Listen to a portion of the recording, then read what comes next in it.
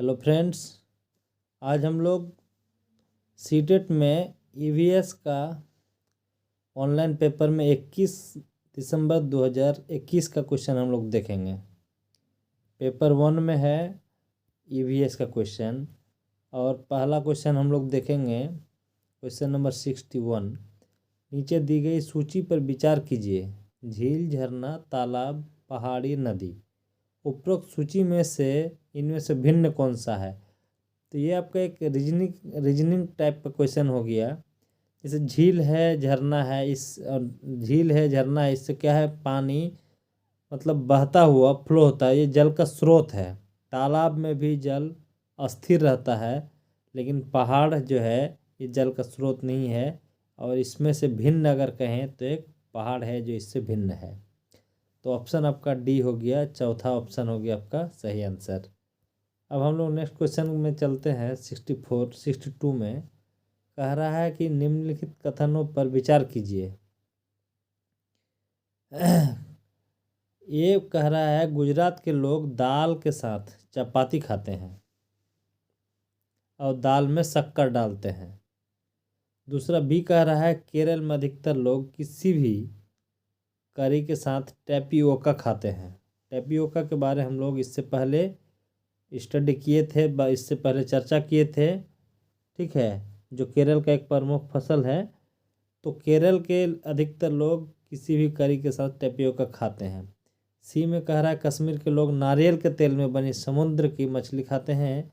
और डी में कह रहा है गोवा के लोग सरसों के तेल में बनी मछली खाते हैं। तो अब सही कथन आपको चुनना है। सही कथन में है क्या कि कह रहा है गुजरात के लोग दाल के साथ चपाती खाते हैं और दाल में शक्कर डालते हैं, ये सही बात है। केरल में अधिकतर लोग किसी भी करी के साथ टैपियोका खाते हैं, ये भी सही है। अब सी में कह रहा है कश्मीर के लोग नारियल के तेल में बनी समुद्र की मछली खाते हैं। ऐसा नहीं है, नारियल के तेल में नहीं, वो सरसों के तेल में समुद्र की मछली खाते हैं। इसीलिए नारियल के तेल में समुद्र की मछली गोवा के लोग खाते हैं। ऑप्शन डी में देखिए, गोवा के लोग सरसों के तेल में बनी मछली खाते हैं। सी और डी जो है वो जगह अगर इंटरचेंज किया जाए तो सही होता। कश्मीर के जगह वहाँ गोवा होता और यहाँ गोवा की जगह कश्मीर होता, इसलिए ऑप्शन सी और डी गलत है। अब हम लोग देखेंगे सही कथन में ए और बी सही है, ये किस में है? तो ये है आपका ऑप्शन नंबर ए में है, जो ए और बी है। तो ये हो गया आपका सही आंसर। नेक्स्ट हम लोग बढ़ेंगे। नीचे दिए गए पक्षियों की वह कौन सी प्रजाति है जिसकी आँख मानव की भांति आदमी की तरह उसके सामने की ओर होती है? ऑप्शन दिया है रार्जिन चिड़िया, वीवर पक्षी, कलचिड़ी और उल्लू, ठीक है। एक है कि आदमी का मानव का जो आँख है वो सर के आगे की तरफ है, ठीक है। अब इसमें से कौन है जो आगे की तरफ आँख है? तो अब हम लोग इससे पहले यह जानेंगे कि एक नेत्रीय दृष्टि और द्विनेत्रीय दृष्टि। एक नेत्रीय दृष्टि जो उस तरह का पक्षी है जो सिर के किनारे साइड आँख होती है, जैसे हम लोगों का आगे की तरफ है, तो एक नेत्रीय दृष्टि जो है उसका किनारे की तरफ आँख होती है और ये ज़्यादा क्षेत्र को देख सकता है हम लोगों से ज़्यादा। हम लोग आगे की तरफ देख सकते हैं, लेकिन इसका साइड में होने की वजह से ज़्यादा एरिया को देख सकता है। शिकार को ढूंढने के लिए ये आँख उपयोगी ज़्यादा होते हैं।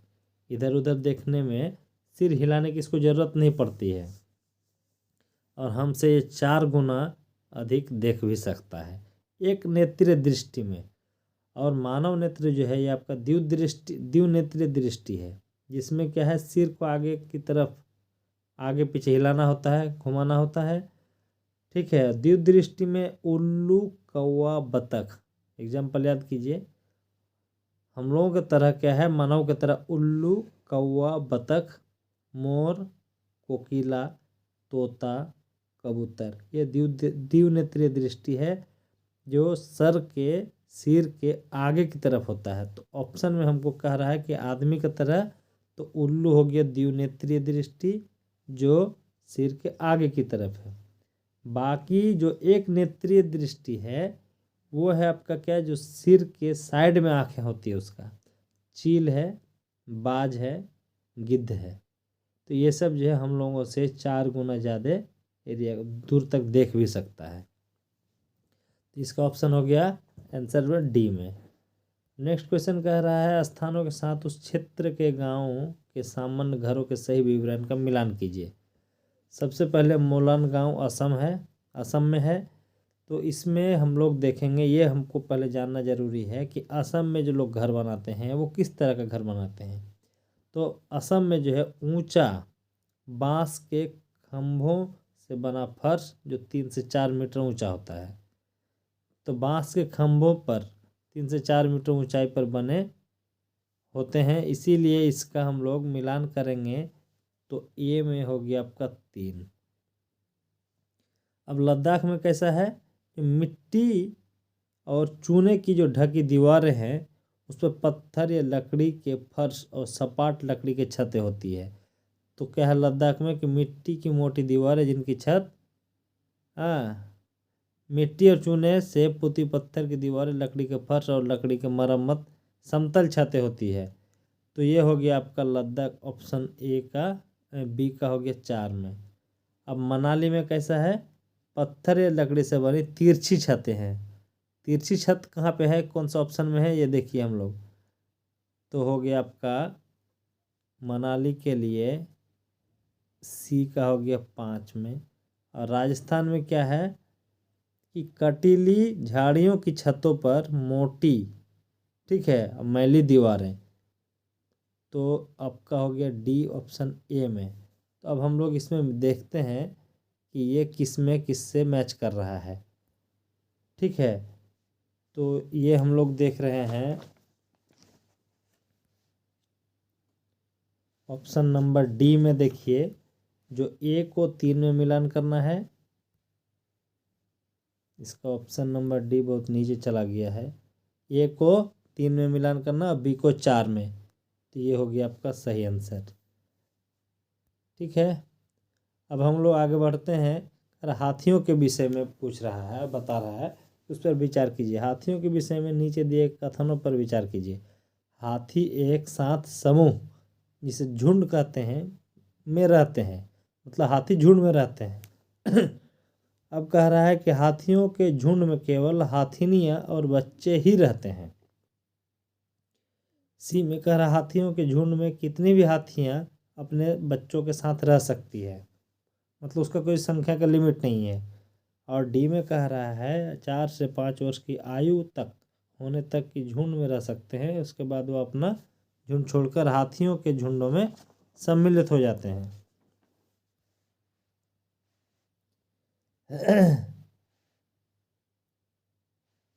तो इसमें जो है हाथी एक साथ समूह जिसे झुंड कहते हैं, ये सही बात है, ठीक। उसके बाद है हाथियों के झुंड में केवल हथिनियां और बच्चे ही रहते हैं, ये भी सही बात है। अब हाथियों के झुंड में कितनी भी हाथिनियां अपने बच्चों के साथ रह सकती है, ये गलत है, ये असत्य सेंटेंस है। इसके लिए क्या है,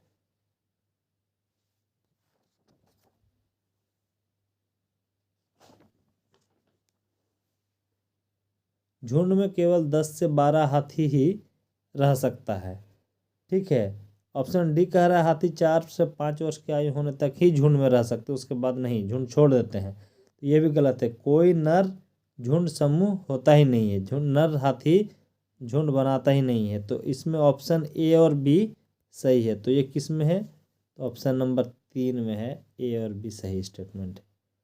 अब आगे हम लोग देखते हैं। नेक्स्ट क्वेश्चन कह रहा है कोई व्यक्ति 29 दिसंबर 2019 को एक एक्सप्रेस ट्रेन से में सूरत से नागरकोइल जाने के लिए बैठा। यह ट्रेन सूरत से 20:45 पर खुली, मतलब शाम के 8:45 रात में 1 अक्टूबर 2019 को 12:45 में नागरकोइल पहुंची। यदि सूरत से नागरकोइल के बीच की ट्रेन मार्ग की दूरी 2200 किलोमीटर है तो ट्रेन का औसत चाल क्या है। तो इसके लिए क्या है, चाल निकालना है तो दूरी और बटे समय। तो इसमें समय अगर कैलकुलेट आप कीजिएगा तो ये 40 घंटा हो रहा है। ठीक है, तो इसको कैलकुलेट करेंगे हम तो इसका आएगा 55 kilometre per hour answer. Next question है, निम्नलिखित में से बागीचों में किसके बागीचों में तेज पत्ता, छोटी इलायची, बड़ी इलायची और काली मिर्च उगते हैं? तो मसालों का जो खादान है या मसालों का बागीचा है वो आपका केरल में है। तो ये ऑप्शन सी हो गया इसका सही आंसर। छोटी इलायची, बड़ी इलायची, काली मिर्च, इसके अलावा और भी बहुत सारा मसाला, जायफल, अदरक, हल्दी, दालचीनी, ये सब भी केरल में पाया जाता है। और एक बात बता दें, इलायची को मसालों की रानी भी कहा जाता है। अब नेक्स्ट क्वेश्चन चलते हैं नेफेंथिस के विषय में। नीचे दिए कथनों पर विचार कीजिए। नेफेंथिस को घटपर्णी भी कहते हैं। ठीक है, नेफेंथिस को घटपर्णी भी कहते हैं। तो कह रहा है यह पौधा कीड़ा मकोड़े, मेढक और चूहों को फंसाकर उनका शिकार कर सकता है। ये स्टेटमेंट सही है। यह हमारे देश में नहीं पाया जाता है, ऐसा नहीं है। हमारे देश में ये मेघालय में पाया जाता है। यह पौधा कीड़े मकोड़ों को खींचने के लिए मोहक आवाज़ निकालता है। आवाज़ निकालता नहीं है, इस पे एक सुगंध है जो कीड़े मकोड़े इसकी तरफ खींचाव से आ जाते हैं। इसका आकार घड़े जैसा होता है जिसका मुंह पत्ती से ढका होता है। कोई भी कीड़ा मकोड़ा इसके मुंह के ऊपर पहुंचते ही इसमें फंस जाता है और बाहर नहीं निकल पाता है। तो ये भी सही है। तो ऑप्शन ए और डी सही है। तो ए और डी सही है, तो किस में है? वो आपका ऑप्शन नंबर 2 में है, ए और डी सही। अब हम लोग नेक्स्ट बढ़ते हैं आगे की तरफ। क्वेश्चन कह रहा है दांडी यात्रा भारत की आज़ादी से पहले की महात्मा गांधी के जीवन की एक महत्वपूर्ण घटना है। यह घटना घटी थी यह घटना घटी थी 1930 में, सॉरी 1932 में। एक्चुअल में इसका आंसर है आपका 1930 होना चाहिए, ऑप्शन ही गलत है 1932, जो कि 12 मार्च 1930 से यह यात्रा प्रारंभ हुआ था और 6 अप्रैल 1930 तक ये चला था। ठीक है, अहमदाबाद से गुजरात 390 किलोमीटर। ये दांडी यात्रा इस बात से था कि भारत के लोगों को खुद से नमक बनाने का अधिकार नहीं था और नमक पर बहुत ज़्यादा टैक्स भी लगा दिया था सरकार। तो उसके विरुद्ध में गांधी जी ने यह यात्रा किया था और 390 किलोमीटर पैदल यात्रा किया था। तो इसका आंसर अगर इसके हिसाब से सोचे तो ये ऑप्शन बी हो जाएगा 1932, लेकिन एक्चुअल में 1930 का घटना है। नेक्स्ट क्वेश्चन हम लोग देखते हैं। नीचे दिए गए रोग के प्रकरण में डॉक्टर रोगियों को गुड़, आंवला और हरी पत्तियां वाली सब्जियों को खाने की सलाह देते हैं। कौन सी बीमारी में?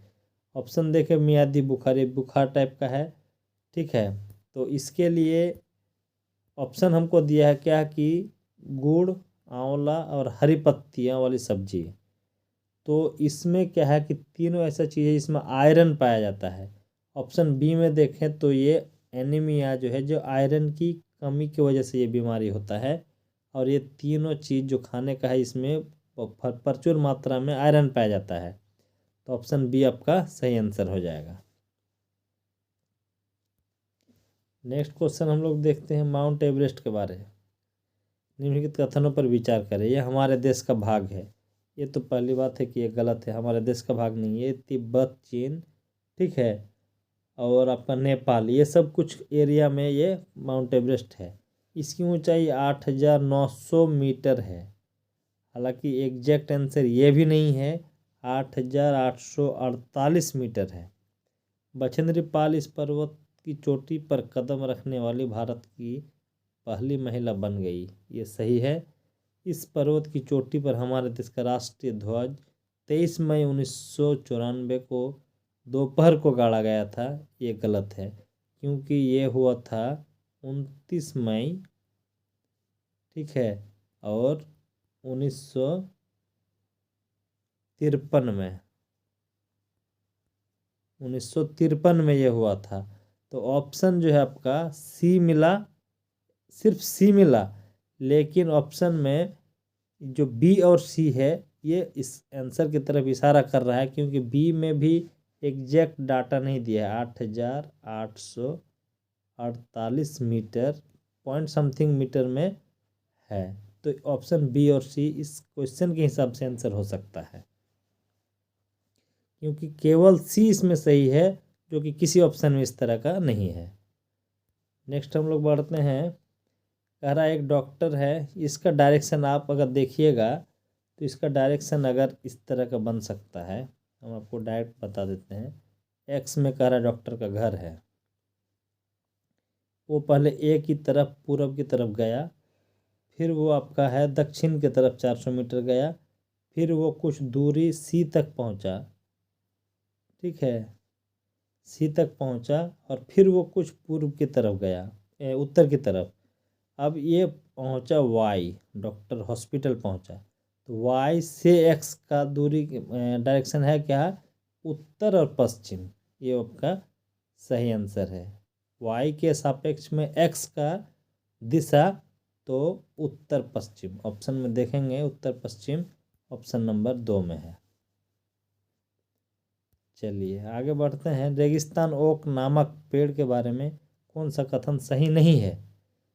तो सही क्या क्या है? इसमें पत्तियों की जगह कांटे होती है, ये सही बात है। इसकी जड़ें उथली होती है, ये गलत है। ऑप्शन सी में देखते हैं, यह अपने तने में जल संरक्षित करता है, ये भी सही बात है। तो ये सही है, ये सही है। यह 8 मीटर से अधिक ऊंचा होता है, ये भी सही है। लगभग ये 10 मीटर तक ऊंचा होता है। तो ऑप्शन बी जो है इसका, ये स्टेटमेंट गलत है, और हमको पूछा है कौन सा कथन सही नहीं है, तो ऑप्शन बी इसका सही आंसर है। रेगिस्तान ओक के बारे और भी कुछ पॉइंट हम बता दें आपको। इसकी लंबाई 8 मीटर से अधिक बोला है, मतलब ये लगभग 10 मीटर का होता है। बहुत कम पत्ते होते हैं। इसकी जो जड़ है, ठीक है, जड़ बहुत पानी की तलाश में बहुत अंदर तक इसका जड़ जाता है। उसका ऊंचाई का जितना ऊंचाई उसका जितना है, उसका 30 गुना लंबाई उसका जड़ का होता है। स्थानीय लोग इससे पानी पीने के लिए पतली पाइप का इस्तेमाल करते हैं और इससे पानी निकालते हैं। चलिए नेक्स्ट क्वेश्चन हम लोग देखते हैं। कुडुक, कुडुक कहाँ के लोगों की भाषा है? ये झारखंड के लोगों की भाषा है, ठीक है, जो आपका जंगल में रहने वाला एक विशेष समुदाय है। ये है आपका झारखंड के लोगों की भाषा। चलिए नेक्स्ट क्वेश्चन है, गुजरात के निकटवर्ती राज्य। तो ये चीज़ तो आपको मैप से देखना होगा, गूगल पे भी कर सकते हैं। गुजरात के जो नज़दीकी राष्ट्र है, ठीक है, राज्य है, वो है आपका महाराष्ट्र, मध्य प्रदेश और राजस्थान। ऑप्शन नंबर डी सही है, चौथा। चलिए निम्नलिखित में से क्या प्राथमिक स्तर पर पर्यावरण अध्ययन शिक्षण का उद्देश्य है? हमारा उद्देश्य क्या है?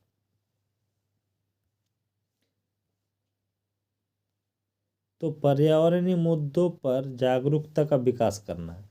जो पर्यावरण पढ़ा रहे हैं बच्चे को, प्राइमरी स्तर के बच्चा के लिए पढ़ाने का उद्देश्य क्या है? तो वो पर्यावरण के बारे उसको जागरूक बनाना। ऑप्शन नंबर ये इसका सही आंसर है। नेक्स्ट क्वेश्चन हम लोग देखते हैं। कक्षा 5 का पाठ किसानों की कहानी बीज की जुबानी शुरू होती है। मुख्य प्रश्न के द्वारा जैसे जो भोजन हम खाते हैं उनको कौन पैदा करता है? ठीक है, अब इसमें पूछ रहा है कि कुछ प्रश्न है, अब इस पर आप विचार करिए। बच्चों की सोच को नई दिशाओं में लेकर जाती है। ये इस तरह का पाठ पढ़ा रहे हैं, किसानों की कहानी बीज की जुबानी, ठीक है, और मुख्य प्रश्न के द्वारा जैसे जो भोजन हम खाते हैं उनको कौन पैदा करता है।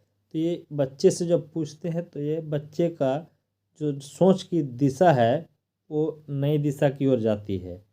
दूसरा कह रहा बच्चों को सीखने के लिए की प्रक्रिया में सहायता करती है, ठीक है। तो ये बात ए और बी दोनों सही है। बच्चों के स्मरण आधारित कौशलों के विकास में सहायता करती है। तो मेमोरी बेस्ड क्वेश्चन कहीं से भी उचित नहीं है। शिक्षक को शिक्षा में अनुशासन बनाए रखने में सहायता करती है। हम कक्षा 5 का पढ़ रहे हैं, ठीक है। अब शिक्षक को कक्षा में अनुशासन बनाए रखने की, ये इससे कोई रिलेटेड है नहीं, इसीलिए ए और बी सही है। तो ए और बी किस में है? तो ऑप्शन ए में सही है, एक में। चलिए नेक्स्ट क्वेश्चन हम लोग देखेंगे। निम्नलिखित में से क्या पर्यावरण अध्ययन के पाठ्यचर्या के सुझावित थीम का उप थीम क्या है? तो ऑप्शन है परिवार एवं मित्र, हम चीज़ें कैसे बनाते हैं, आवास, चौथा में जानवर और पौधे। तो हम लोग सबसे पहले बता दें कि जो आपका पर्यावरण है उसका थीम होता है, 6 थीम है, जिसमें से आपका परिवार एवं मित्र है, हम चीज़ें कैसे बनाते हैं, आवास, इस तरह का 6 थीम है। अब उसमें से एक थीम जो परिवार एवं मित्र है, उस थीम का 4 उप थीम है। तो उप थीम में जानवर और पौधा ये आपका उप थीम में आता है, बाकी इससे ऊपर वाला ये तीनों थीम है। चलिए अब नेक्स्ट क्वेश्चन है, पर्यावरण अध्ययन में सार्थकपूर्ण सीखना मतलब मीनिंगफुल निम्नलिखित में से किसके द्वारा नहीं हो सकता है? कौन सा प्रोसेस है जिसके द्वारा नहीं हो सकता है, जो मीनिंगफुल अगर है, सार्थकपूर्ण है, तो किससे और कहानियों द्वारा? तो पर्यावरण अध्ययन में किससे कहानी सुनाकर भी बच्चे को कुछ सिखाया जा सकता है। बच्चों को अपने पर्यावरण को खोजने के अवसर देकर, जितना अवसर दीजिएगा तो उसमें उसका रुचि बढ़ेगा, तो वो खुद से कुछ जानने का कोशिश करेगा। प्रत्येक उपप्रकरण के प्रारंभ में मुख्य प्रश्नों को पूछकर, प्रश्नों का पूछताछ से उसे कुछ जानकारी मिलता है, फिर उसे जिज्ञासा भी बढ़ता है। बच्चों को स्मरण आधारित सीखने, स्मरण आधारित में क्या है कि रटंत प्रणाली को जोर देता है, बढ़ावा देता है। तो ये किसी भी सूरत में स्मरण आधारित ये सही नहीं है, ये स्टेटमेंट गलत है। और हमसे पूछा ही था कौन सा सही नहीं है, इसके द्वारा नहीं हो सकता है, तो ऑप्शन नंबर चौथा ये सही है, आंसर है। निम्नलिखित में से कौन से सीखने के सिद्धांत पर पर्यावरण अध्ययन आधारित होता है? सीखने के सिद्धांत पर, ठीक है। पहला ऑप्शन है मूर्त से अमूर्त, मूर्त से अमूर्त। दूसरा है अमूर्त से मूर्त, वैश्विक से सामान्य, अज्ञात से ज्ञात। नहीं, मूर्त से अमूर्त, जो बच्चे को सिखाने के लिए जो उसके आसपास की चीज़ है, मूर्त चीज़ जो उसे देख सकता है, छू सकता है, उसको जानने के बाद फिर अमूर्त की ओर बढ़ते हैं। तो ऑप्शन नंबर ए सही है। ऐसे दूसरा अमूर्त से मूर्त तो गलत हो गया, ऑप्शन 3 भी गलत है। कह रहा है वैश्विक से सामान्य, ऐसा नहीं है। सामान्य से स्थानीय लोकल जानकारी से वैश्विक की ओर बढ़ा जाता है पर्यावरण अध्ययन में। निम्नलिखित में से कौन पर्यावरण अध्ययन का गुण नहीं होना चाहिए? यह एक एकीकृत विषय क्षेत्र है, सही बात है, एकीकृत विषय क्षेत्र है भी। कह रहा है यह संदर्भित है, यह संदर्भित है। संदर्भित कहने का मतलब प्राकृतिक और मानव निर्मित जो है विश्व के व्यवस्थित अध्ययन को संदर्भित करता है। तो ये है भी पर्यावरण में संदर्भित है भी। यह एक बाल केंद्रित है, मतलब है क्या कि एक बाल बच्चे मतलब स्टूडेंट जो है, ये शिक्षण प्रणाली में स्टूडेंट किस चीज़ को सीखने का एक क्रिएटिविटी, सृजन क्षमता को विकास करना का होता है।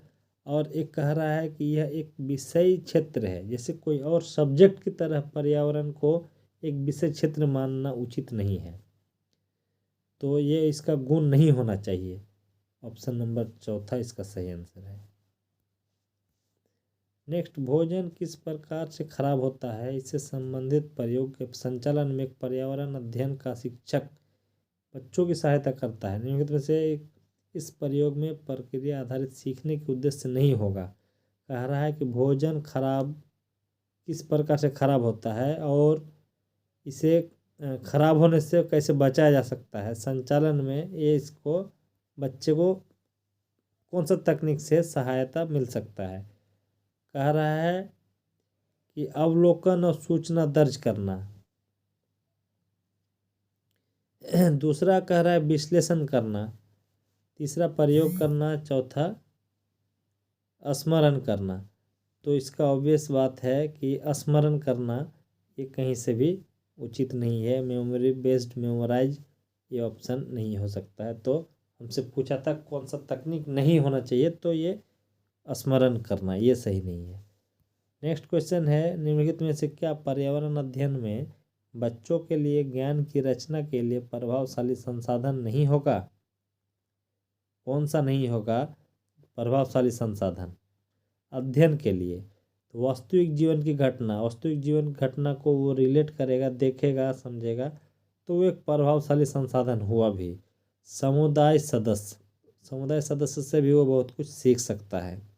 कक्षा की चार दीवारी, अब कक्षा की चार दीवारी चारों तरफ बाउंड्री से उसका क्या संसाधन प्रभावशाली संसाधन होगा? ये नहीं हो सकता है। बच्चों के स्थानीय संसाधन का उपयोग, ये भी है। तो ऑप्शन सी छोड़कर ए, बी और डी ये सही है।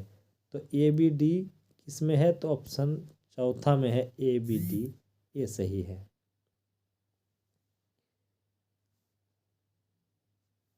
नेक्स्ट है,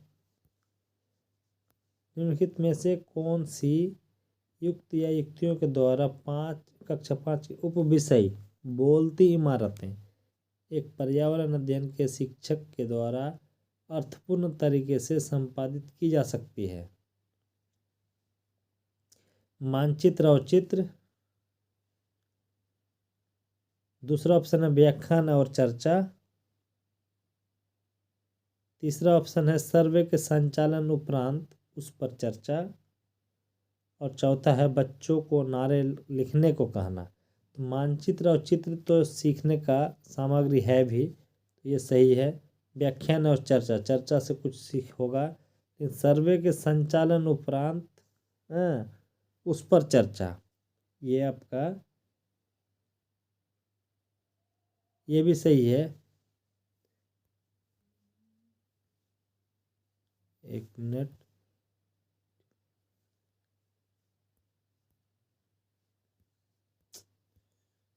ये होगी आपका पहला ऑप्शन मानचित्र और चित्र सही है। और व्याख्यान और चर्चा, बच्चों के लिए व्याख्यान कहीं से भी एग्जिस्ट नहीं है, कॉलेज के स्टूडेंट के लिए होता है लेक्चर्स।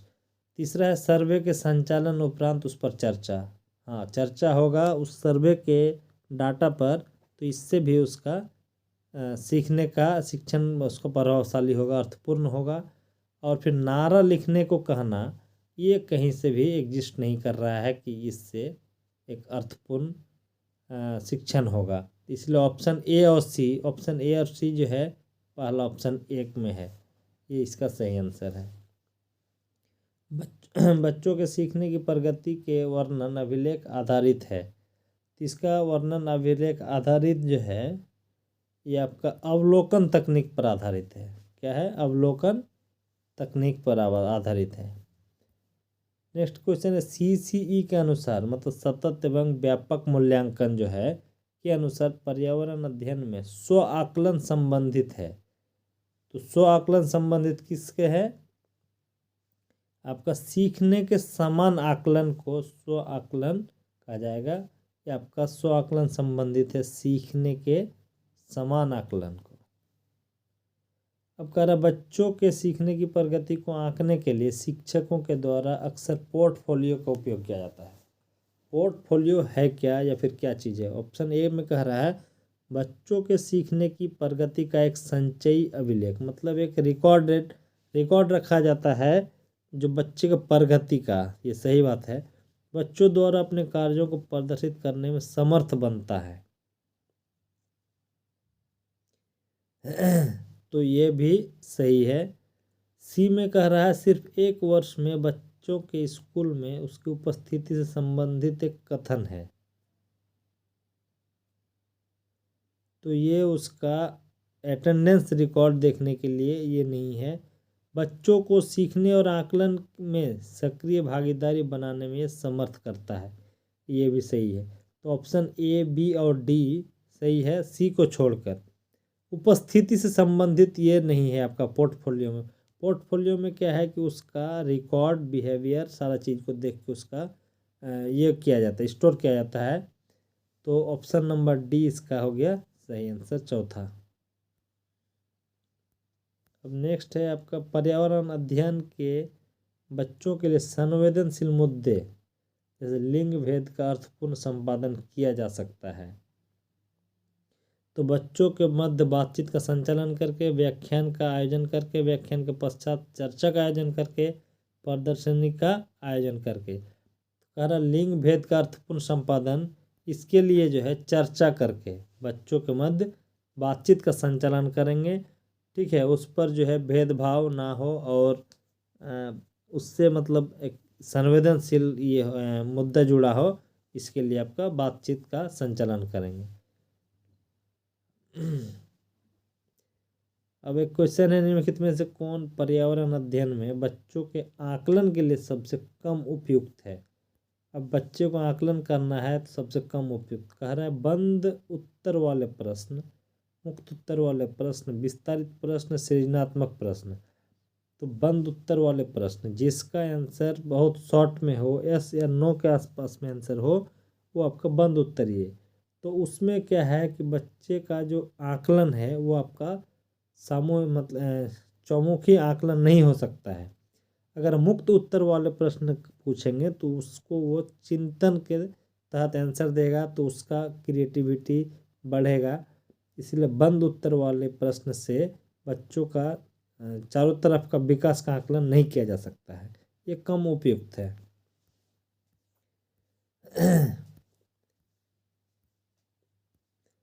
क्वेश्चन लास्ट है, निम्नलिखित में से क्या पर्यावरण अध्ययन में आकलन का संकेतक होना चाहिए। तो पर्यावरण में आकलन का संकेतक कई एक है, जैसे प्रयोग है, प्रश्न करना है, मतलब बच्चा प्रयोग करके सीखेगा, यह आकलन का संकेतक है। प्रश्न कर सकता है, चर्चा होगा, ठीक है। फिर अभिव्यक्ति है, सहयोग है, अवलोकन और विवरण है। ये आपका पर्यावरण अध्ययन में आकलन का संकेतक है। तो ऑप्शन में हमको मिला क्या, इसमें से जो हम बोले वो सहयोग है, तो ऑप्शन नंबर ए इसका सही आंसर होगा।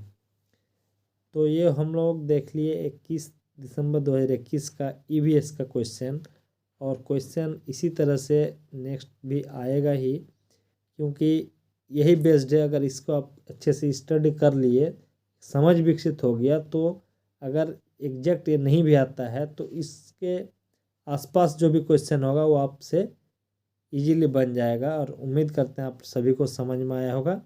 अगर कोई डाउट है तो कमेंट बॉक्स में कमेंट करें, उसका रिप्लाई दिया जाएगा। Thank you.